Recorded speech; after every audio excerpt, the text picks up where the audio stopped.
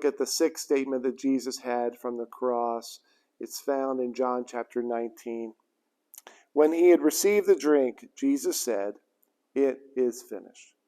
It is finished. The work that Jesus had come to do, he had completed.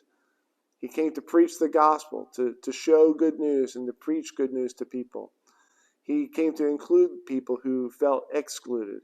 He came to bring healing to people who needed healing.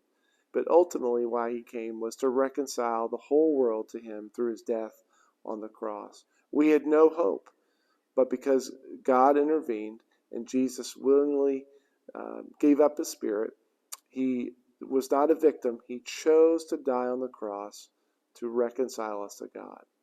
In fact, Martin Luther, in his sermon on this passage, he writes this from Jesus' perspective: "The world and the devil have done as much to me as they were able to do, and I have suffered as much as necessary for the salvation of men.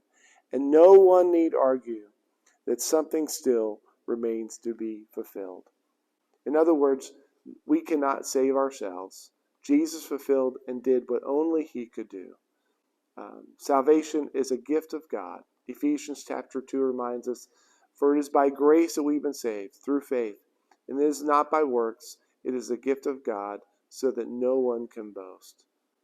We need to be thankful as we approach Good Friday of what Christ has done for us, that he willingly gave up his life so that you and I could be reconciled to him.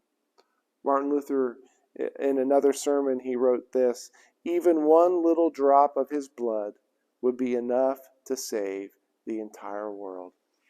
So as we approach Good Friday, be thankful.